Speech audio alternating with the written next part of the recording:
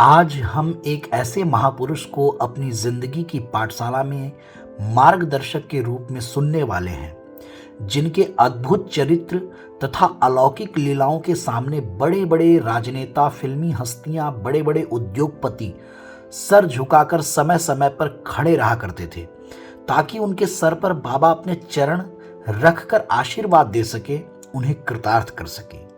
ऐसे परमहंस, अमलात्मा, विमलात्मा, निश्चल निष्कपट महापुरुष, जिनकी ख्याति इस संसार में देवराहा बाबा के नाम से हुई। देवराहा बाबा का जन्म अज्ञात है, यहाँ तक कि उनकी सही उम्र का आकलन भी नहीं है। पूज्य बाबा जी के जन्म के बारे में संशय है। कहा जाता है कि करीब 900 साल तक जीवित रहे बाबा। संपूर्ण जीवन के बारे में अलग अलग मत है। कुछ लोग उनका जीवन 250 साल, तो कुछ लोग 400 साल, तो कुछ लोग 500 साल भी मानते हैं। कई सालों तक सेवा करने वाले मार्कंडेय महाराज के अनुसार पूरे जीवन निर्वस्त्र रहने वाले, सदा गंगा यमुना के तट पर धरती से 12 फीट ऊंचे लकड़ी से बने मचान में वो रहा करते थे। देवराहा बाबा नीचे केवल सुबह स्नान के लिए आते थे। देवरिया नामक स्थान पर वर्षों निवास करने के कारण उनका नाम देवराहा बाबा पड़ा। देवराहा बाबा परम राम भक्त थे। बाबा के मुख में सदा राम नाम का वास रहता था। वो भक्तों को राम मंत्र की दीक्षा दिया करते थे। वे सरयू के किनारे रहा करते थे और उनका कहना था कि एक लकड़ी हृदय को मानो, दूसर राम नाम पहचानो। राम नाम नित उर पे मारो, ब्रह्म दिखे संशय ना जानो। देवराहा बाबा जन सेवा तथा गौ सेवा को सर्वोपरि धर्म मानते थे। भक्तों को लोगों की सेवा, गौ माता की रक्षा करने तथा भक्ति में रत रहने की सदा प्रेरणा दिया करते थे। देवराहा बाबा श्री राम और श्री कृष्ण को एक ही मानते थे और भक्तों को कष्ट से मुक्ति के लिए कृष्ण मंत्र भी दिया करते थे। वो भक्तों से सदा कहा करते थे, कृष्णाय वासुदेवाय हरये परमात्मने प्रणतः क्लेशनाशाय गोविंदाय नमो नमः। बाबा कहते थे, जीवन को पवित्र बनाए बिना, ईमानदारी, सात्विकता और सरसता के बिना भगवान की कृपा प्राप्त नहीं होती। अतः सबसे पहले अपने जीवन को शुद्ध पवित्र बनाने का संकल्प लो। वे ध्यान योग, नाद योग, लय योग, प्राणायाम, त्राटक, ध्यान, धारणा, समाधि आदि की साधन पद्धतियों का जब विवेचन करते तो बड़े बड़े धर्माचार्य उनके योग संबंधी ज्ञान के समक्ष नतमस्तक हो जाया करते थे।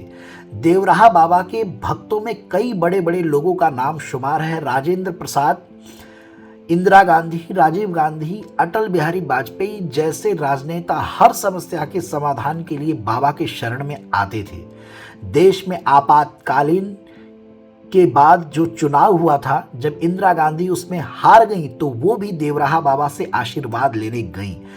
उन्होंने अपने हाथ के पंजे से उन्हें आशीर्वाद दिया। तभी से कांग्रेस का चुनाव चिन्ह हाथ का पंजा हो गया, ऐसा कहा जाता है। फलस्वरूप उनके आशीर्वाद के 1980 में एक बार फिर वे प्रचंड बहुमत के साथ देश की प्रधानमंत्री बनी। अब आइए एक नजर बाबा के चमत्कृत कर देने वाली लीलाओं पर डालते हैं। बाबा अपने भक्तों को मखाने का प्रसाद विशेष रूप से दिया करते थे और अत्यधिक प्रसन्न होने पर मखाने के प्रसाद की ढेर लगा दिया करते थे। भक्त जितना ही मना करते, बस महाराज, बस महाराज, पर महाराज मानने वाले न थे। वो और ज्यादा उनकी झोली मखाने की प्रसाद से भर दिया करते थे।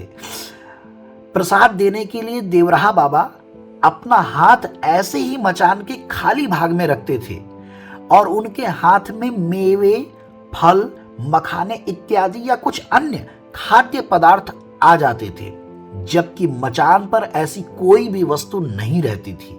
श्रद्धालुओं को कौतूहल होता था कि आखिर यह प्रसाद बाबा के हाथ में कहां से और कैसे आ जाता है। जनश्रुति के मुताबिक पूज्य देवराहा बाबा आकाश में, जल में धरती के समान ही विचरण करने वाले महान विभूति थे और यहां तक कि उनके आसपास उगने वाले बबूल के पेड़ों में कांटे नहीं लगते थे, बल्कि चारों तरफ सुगंध सुगंध होता था। वे कभी किसी गंतव्य के स्थान पर जाने के लिए किसी भी सवारी का आश्रय, वाहन का आश्रय नहीं लिया करते थे और ना ही कभी किसी ने भी उन्हें किसी वाहन में बैठे देखा। अदृश्य होकर कहीं से कहीं तक की दूरी क्षणों में तय कर लिया करते थे। लोगों का यहां तक मानना है कि बाबा जी जानवरों की भाषा भी समझ लिया करते थे। खतरनाक से खतरनाक जंगली जानवर भी उनके दर्शन से उनके इर्द गिर्द आसपास आते तो शांत होकर उनके पास बैठ जाया करते थे। और भी न जाने कितनी ऐसी लीलाएं हैं जिनका ज्ञान उनकी कृपा से उन्हीं के सानिध्य में रहने वाले लोगों ने अनुभव किया है। इस संसार में विरला ही कोई ऐसा साधु संत महात्मा होगा जो देवराहा बाबा या उनकी लीला से अनभिज्ञ होगा। उनकी महानता, उनकी भक्ति के और उनके योग निष्ठा के वशीभूत होकर गृहस्थ से लेकर विरक्त तक उनके चरण कमलों की सदा ऊट चाहा करते थे।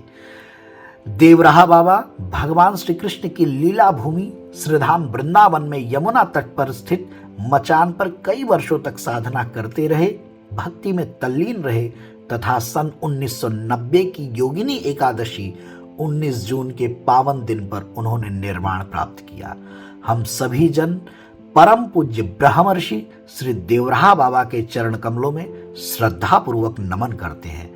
फिर मिलेंगे जिंदगी की पाठशाला की अगली कड़ी में किसी अगले महान विभूति के शाब्दिक प्रसंगों के साथ। तब तक के लिए आप सभी का अभिनंदन, आभार, स्वागत, सत्कार, धन्यवाद। राधे राधे।